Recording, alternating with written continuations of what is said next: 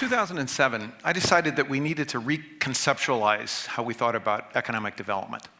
Our new goal should be that when every family thinks about where they want to live and work, they should be able to choose between at least a handful of different cities that were all competing to attract new residents.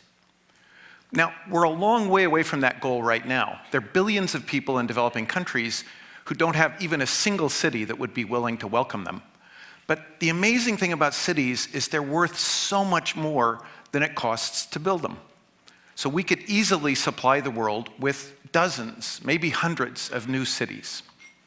Now, this might sound preposterous to you if you've never thought about new cities, but just substitute apartment building for cities. Imagine half the people who wanted to be in apartments already had them, the other half aren't there yet. You could try and expand the capacity by doing additions on all the existing apartments, but you know what you'd run into is those apartments and the surrounding areas have rules to avoid discomfort and the distractions of construction. So it's extremely hard to do all of those additions. But you could go out someplace brand new, build a brand new apartment building, as long as the rules there were ones which facilitated construction rather than getting in the way. So I proposed that governments create new reform zones big enough to hold cities and gave them a name, charter cities. Later, I learned that about this same time, Javier and Octavio were thinking about the challenge of reform in Honduras. They knew that about 75,000 Hondurans every year would leave to go to the United States, and they wanted to ask what could they do to make sure that those people could stay and do the same things in Honduras. At one point, Javier said to Octavio, what if we took some of our empty land, what if we just gave it to an embassy? Give some to the US Embassy, give some to the Canadian Embassy. And then if people want to go work under the rules of Canada or the rules of the United States, they could go get jobs, do everything they do on those embassy grounds that they would otherwise have to go to Canada or the US to do. In the summer of 2009, Honduras went through a wrenching constitutional crisis. At the next regularly scheduled election, Pepe Lobo won in a landslide on a platform that promised reform, but reconciliation as well. He asked Octavio to be his chief of staff. Meanwhile, I was getting ready to give a talk at TED Global. Through a process of refinement, trial and error, a lot of user testing, I tried to boil this complicated concept of a charter city down to the bare essentials. The first point was the importance of rules, like those rules that say you can't come in and disturb all the existing apartment holders. We pay a lot of attention to new technologies, but it takes technologies and rules to get progress, and it's usually the rules that hold us back. In the fall of 2010, a friend from Guatemala sent Octavio a link to the TED Talk. He showed it to Javier. They called me. They said, let's present this to the leaders of our country. So in December, we met in Miami in a hotel conference room. I tried to explain this point about how valuable cities are, how much more valuable they are than they cost, and I used this slide showing how valuable the raw land is in a place like New York City. Notice land that's worth thousands of dollars in some cases per square meter.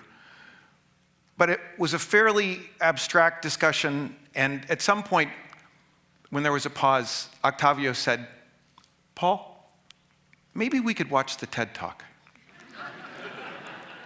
So the TED Talk laid out in very simple terms, a charter city is a place where you start with uninhabited land, a charter that specifies the rules that will apply there, and then a chance for people to opt in to go live under those rules or not.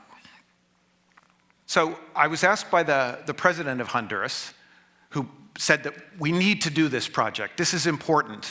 This could be the way forward for our country. I was asked to come to Tegucigalpa and talk again on January 4th and 5th.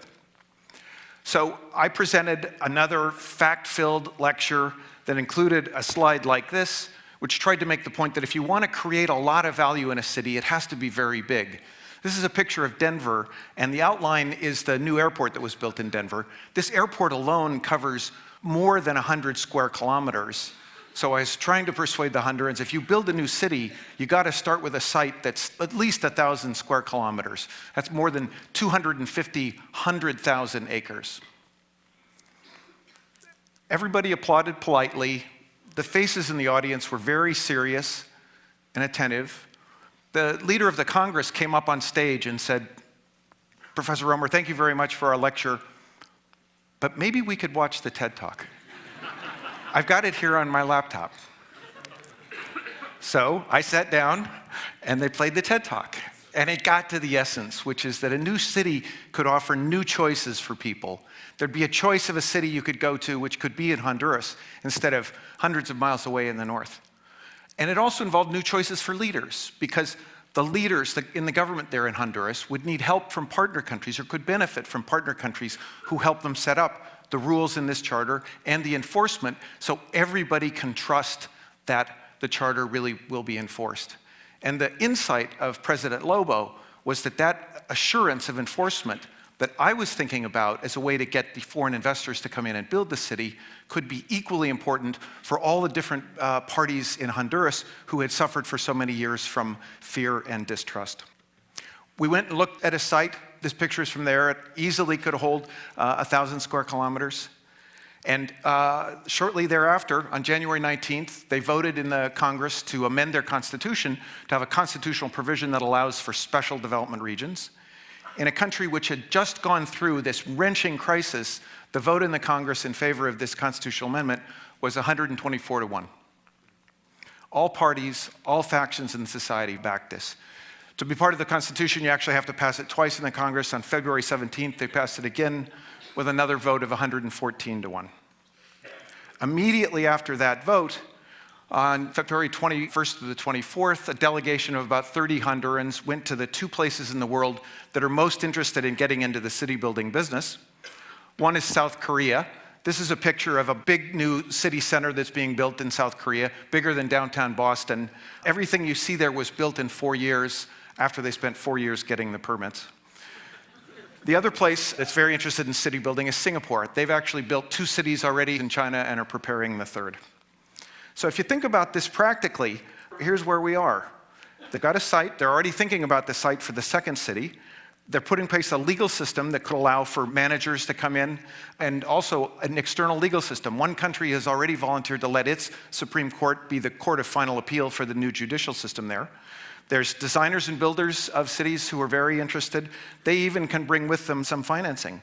But the one thing you know that they've already solved is that there's lots of tenants. There's lots of businesses that would like to locate in the Americas, especially in a place with a free trade zone. And there's lots of people who'd like to go there. Around the world, there's 700 million people who say they'd like to move permanently someplace else right now. There's 1 million a year who leave Latin America to go to the United States.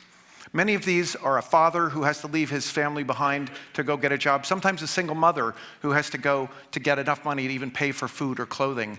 Sadly, sometimes there are even children who are trying to get reunited with their parents that they haven't seen in some cases for a decade. So what kind of an idea is it to think about building a brand new city in Honduras, or to build a dozen of these or 100 of these around the world? What kind of an idea is it to think about insisting that every family have a choice of several cities that are competing to attract new residents? This is an idea worth spreading. And my friends from Honduras asked me to say, thank you, Ted.